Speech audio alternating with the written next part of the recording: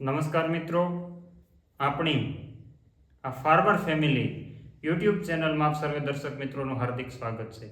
મિત્રો, આજે ચર્ચા કરવાની છે કે આપણા મગફળીનો પાક ખૂબ સારો એવો ઘણા બધા વિસ્તારોની અંદર અત્યારે હજી પાક ઉગી રહ્યો છે. ઘણો બધો વિસ્તાર એવો છે કે જેમાં મગફળીનું સોયા બેસવાની અવસ્થા આવી ગઈ છે. ઘણી જગ્યાએ મહિના દિવસનો થયો છે, કારણ કે ગુજરાતની અંદર વરસાદ પડવાનો શરૂ થયા પછી વરસાદે વિરામ નહોતો લીધો. બનાસકાંઠાનો મોટા ભાગનો વિસ્તાર કે હજી મગફળી કદાચ ઉગીને સમીનમી થઈ હોય આવી પરિસ્થિતિનું નિર્માણ થયું છે.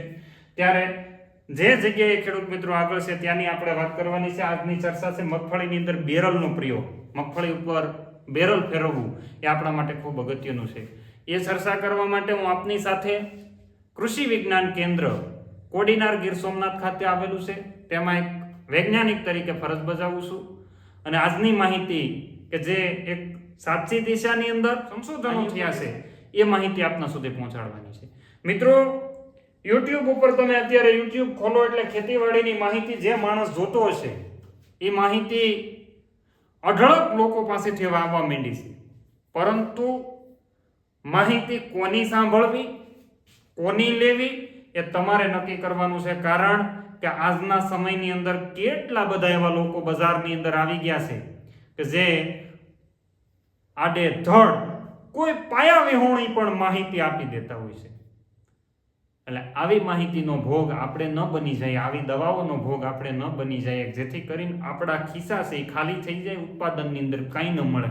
એના માટે થઈ જે વ્યક્તિ કંઈક સંસ્થા સાથે કોઈ એક પોતાના સંશોધન સાથે જોડાયેલો છે આ વ્યક્તિને ફોલો કરતા રહેજો. કારણ કે આ દેશની અંદર ઘણી બધી એવી ચેનલો છે જેની અંદર ક્યારેક ખોટી, ક્યારેક કોઈ પાયા વિહોણી માહિતી આપવામાં આવતી. તો સાચી માહિતી માટે સાચા વ્યક્તિને ફોલો કરજો. જેને કરો એને એક વ્યક્તિને ફોલો કરીને ઉત્પાદન લેવાની શરૂઆત કરજો. ખૂબ સારું ઉત્પાદન મળશે. મગફળીની અંદર બેરલનો પ્રયોગ આ ગુજરાતની અંદર 2 વર્ષ પહેલા ફાર્મર ફેમિલી યુટ્યુબ ચેનલ કે ગુજરાતમાં મગફળીમાં બેરલ ચલાવવા માટેની માહિતી લઈને હું પોતે આવ્યો હતો. અને એ પછી તો કેટલા લોકોએ એની માહિતી તમારા સુધી કોઈ પણ રીતે પહોંચાડી છે. પણ હું એને પણ આભારી છું એ લોકોનો કે જેને તમારા સુધી આ માહિતી પહોંચાડી છે. મિત્રો, બેરલ ફેરવવું એ આપણા માટે ખૂબ અગત્યનું છે. ઘણાને એવું થશે કે તમે હું આ નવી નવી વસ્તુ લઈ આવો, તમને કંઈ ખબર પડે? આવા પ્રશ્ન થયા છે.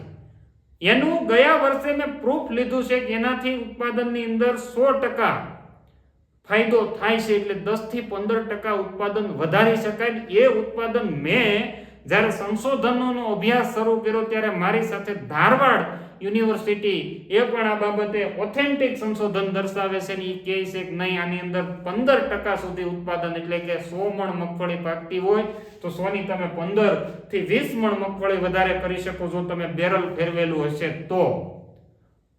અને આનું એક પ્રૂફ તરીકે હું અહીંયા તમને નાખું છું, એ તમે જોઈ લેજો કે આ ધારવાડ કૃષિ યુનિવર્સિટી છે આની ઉપર સંશોધન કરી રહી છે. બીજું, આ દેશ દુનિયાની અંદર મગફળીનું ખૂબ સારું એવું વાવેતર થાય છે, પરંતુ પ્રોડક્શન ગુજરાત જેટલું તમિલનાડુ કરે એટલું નથી કરી શકતું. કારણ કે તમે બેરલ ફેરવવાના વિડીયો એવું સર્ચ કરજો, તમને તમિલ ભાષાની અંદર કેટલા બધા વિડીયો મળશે, તમને ચાઇનીઝ ભાષાની અંદર કેટલા બધા વિડીયો મળશે, તમને આફ્રિકન કેટલા બધા વિડીયો મળશે. યાર, આફ્રિકા વાળા, ચાઇના વાળા ગાંડા થઈ ગયા બેરલ ફેરવે છે, અમેરિકા વાળા ગાંડા થઈ ગયા. તો આપણે ગુજરાતી લોકોએ હવે થોડુંક હું એવું કહું કે અખતરાના ભાગરૂપે 5-5 ક્યારામાં ફેરવશો તો તમને ખ્યાલ આવશે કે ઉત્પાદનની અંદર ખરેખર 100% ફાયદો થાય કે નહીં. તો હવે બેરલ ફેરવવાનું એટલા માટે મહત્વનું છે જેનાથી ઉત્પાદન આપણે 15 થી 20% સુધી, ધારવાડ કૃષિ યુનિવર્સિટી એવું કહે છે, હું મનીષ બલદાણિયા નથી કહેતો, આ એવું કહે છે કે ઉત્પાદન વધારી શકાય, 100% વધારે સારું ઉત્પાદન મળે છે. એનો ફાયદો ક્યાં થાય?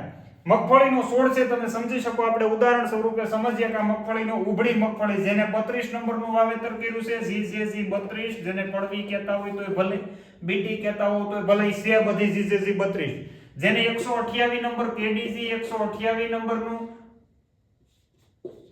વાવેતર કર્યું છે કે જેને અન્ય કોઈ વેરાયટીનું વાવેતર છે, એમ કે ગિરનાર 4 નું વાવેતર કર્યું છે, તો આ લોકોએ બેરલ ફેરવવું જરૂરી છે. 20 નંબરનું વાવેતર કર્યું હોય તો પણ બેરલ ફેરવવું જરૂરી છે. એ આપણા માટે ખૂબ અગત્યનું છે. એટલા માટે, કારણ કે સૂયા બેસવામાં ફાયદાકારક કરશે. એટલા માટે સૂયાની અંદર છોડની ઉર્જા વપરાય, ક્યારેય સૂયો નીકળે.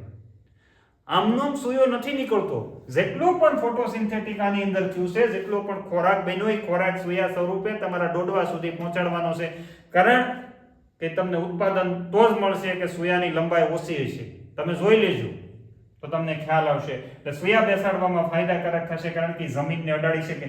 અહીંથી સૂયો નીકળે તો એની લંબાઈ 15 સેન્ટીમીટર હોય ધારો કે, તો એમાં 15 સેન્ટીમીટર સુધીની અંદર જે કાંઈ ઉર્જા છે એ છોડવાએ ભેગી કરી હતી, બધી ઉર્જા એની અંદર થોડી તમે, કારણ કે 1 કિલોમીટર તમારે ગાડી લઈને જવું હોય તો એમાં 5 રૂપિયાનું પેટ્રોલ વપરાય. પણ ખેતર આપણી બાજુમાં હોય તો આપણે ધ્યાન પણ રાખી શકીએ, રોજ ભૂંડ આવે તો એને ભગાડી પણ શકીએ, અને આપણને ઉર્જા પણ વપરાતી નથી. એટલે કામ કરવાનો આનંદ આવે, કારણ કે નજીક છે એટલા માટે. દૂર હોય તો આપણે કંટાળો આવે, એમ આને પણ દૂર હોય તો કંટાળો આવે. અહીંની ફિઝિયોલોજી કે હું નથી કહેતો, ધારવાડ યુનિવર્સિટી કહે છે. બીજું, આ છોડવો નજીક હશે ડાળી જમીનની તો ફૂયો ઝડપથી બેસશે, એટલે એમાં ડોડવો સારો થશે. આની અંદર ડોડવો નબળો થાય. બીજું, ફોટોસિન્થેટિક એક્ટિવિટી, પ્રકાશ સંશ્લેષણની પ્રક્રિયા. પાંદડા એકબીજાની ઉપર ગોઠવાયેલા હશે એટલે ફોટોસિન્થેસિસ નહીં થાય. આ પાંદડાને સૂર્યપ્રકાશ મળશે તો આને નહીં મળે. પણ આ બંને અલગ અલગ થઈ જાય છે તો બંનેને સૂર્યપ્રકાશ મળશે એટલે ખોરાક વધારે બનાવી શકે. ખોરાક વધારે બનાવી શકે એટલે ડોડવા ભરાવદાર ને સારા બને. હવે આ માહિતી તમને મફતની, આમાં કોઈ ખર્ચો નથી, છતાં ખેડૂતને કરવું નથી. કારણ કે ઘણીવાર એવું બનતું હોય કે ઈ સાહેબ બહુ અઘરું છે, એના રસ્તા નીકળે કરવું હોય તો. એટલા માટે થઈ, જો પ્રકાશ સંશ્લેષણની પ્રક્રિયા જે વિજ્ઞાનને સમજે છે એ આ લોકો કરવાના છે, બેરલ. અને જે લોકો બેરલનો પ્રયોગ કરે એનો મારો નંબર ડિસ્ક્રિપ્શન બોક્સની અંદર આપું છું. એમાં મને વોટ્સએપમાં 1 મિનિટનો વિડીયો મોકલજો, બેરલ ફેરવતા હોય એવો, એટલે મને પણ ખ્યાલ આવે કે ના તમે બેરલ ફેરવું છું. આપણે એનો ડેટા લેવાનો છે દિવાળીએ કે ભાઈ ઉત્પાદનની અંદર જ્યાં બેરલ ફેરવ્યું એમાં ફાયદો થયો કે નહીં. અને ચોક્કસ મિત્રો, ખૂબ સારી ટેકનોલોજી છે, કરજો, તમને મજા આવશે. તમને મજા આવશે તો મને પણ મજા આવશે. મારે તો તમને આંગળી સીંધાનું ક્વીન કરવાનું છે કે ભાઈ તમને ફાયદો થાય, એમાં મને ખૂબ રાજીપો થાય ને દોડવા પણ ખૂબ સારા એવા થાય. તો આપણને મગફળીનું તેલ, આપણું ગુજરાત છે એ પોતપોતાનું તેલ ખાતા થશે, બીજા લોકોને વેચતા થશું, એવું બધું ઘણું બધું હોય. એની અંદર પણ આપણે એમાં પડતા નથી. એટલે જમીનની સાથેનો સંપર્ક વધે છે, પ્રકાશ સંશ્લેષણની અંદર પ્રક્રિયામાં વધારો થઈ શકાય, આવું સંશોધન કેન્દ્ર કહે છે. બેરલ કેટલી વખત ફેરવવું? સંશોધન કેન્દ્ર એવું કહે છે, જે આની અંદર સંશોધનો થયા છે એની એવું કહે છે કે બેરલ 2 વખત ફેરવવું.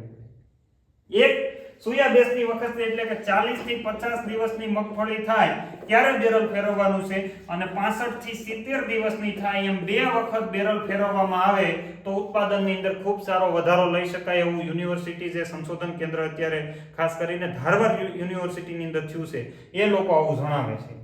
તો ઉત્પાદન કેટલું વધે? તો 15 થી 20% ઉત્પાદન વધારી શકાય. ઘણી વખત એવું બને કે સાહેબ બેરલ ફેરવવું મુશ્કેલ છે, હાથે મજૂર નથી મળતા. હવે બેરલ ફેરવ તો કેવું રાખવું? લોખંડનું બેરલ રાખવાનું છે. લોખંડનું બેરલ થોડુંક વજનની અંદર આવે એટલે એ થોડુંક મગફળીને દબાવી શકશે. મગફળી છોડવા ભાંગી જાય તો કોઈ વાંધો નથી, એના ડોડવા નીચે જ બેહવાના છે. અગર તમારે રબરનું બેરલ છે, તમારી પાસે પ્લાસ્ટિકનું બેરલ છે, તો એની અંદર 5-10 લીટર પાણી ભરી દો, જેથી કરીને એમાં વજન સારો થઈ જાય. બેરલની સપાટી ઉપર જો તમે લીંબોળીનું તેલ ફેરવી દેશો, સોપડી દેશો, તો એ પણ તમારા છોડને કડવાટ કરતા જશે, તો એ પણ ફાયદો થશે. ગયા વર્ષે જામનગરમાં એક ખેડૂતે મને વિડીયો મોકલ્યો હતો કે એની રાંપ આવે છે, રાંપ, એની પાછળ રોલો હોય, અથવા તો એવું યંત્ર એને બનાવી લીધું, જે ટ્રેક્ટરની પાછળ યંત્ર, એની પાછળ એક રોલ બનાવી લીધો. રોલ છે એ મગફળીને ખાલી દબાવતો જાય.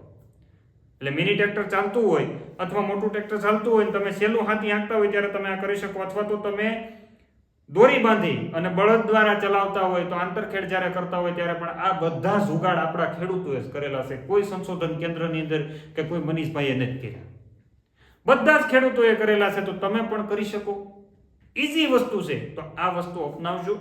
ખરેખર 15% ઉત્પાદન આ સંશોધન કેન્દ્ર ખોટું નહીં બોલે, કારણ કે એને ડેટા લેખિતની અંદર આપ્યો છે. તો તો ખૂબ સારો ફાયદો થશે. મારો નંબર તમને આની માહિતી આપવા માટે, મારા સુધી પહોંચાડવા માટે હું તમને નંબર આપું છું.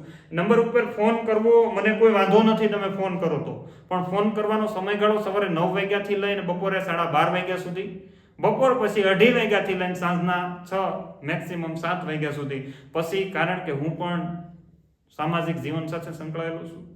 સાથે સાથે ઘણા બધા અન્ય કાર્યોની અંદર, ઓફિસોના કામ છે એની અંદર સંકળાયેલા હોય, જેથી કરી અને આપણે ઘણી બધી વખત ખેડૂતોને જવાબ નથી આપી શક્યા, ઘણા બધા ખેડૂત મિત્રોને જવાબ આપી શક્યા છું.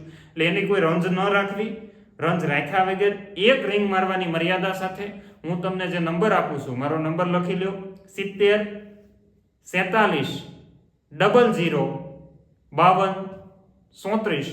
આ મારો મોબાઈલ નંબર છે. એની ઉપર તમે તમારું જે ડ્રમ રોલિંગ કરતા હોય, એટલે કે બેરલ ફેરવતા હોય એવો 1 મિનિટનો વિડીયો, તમારું આખું એડ્રેસ મને મોકલજો અને મને જણાવી દેજો કે મેં તમને સાહેબ આ વિડીયો અને એડ્રેસ તમને આપ્યું છે.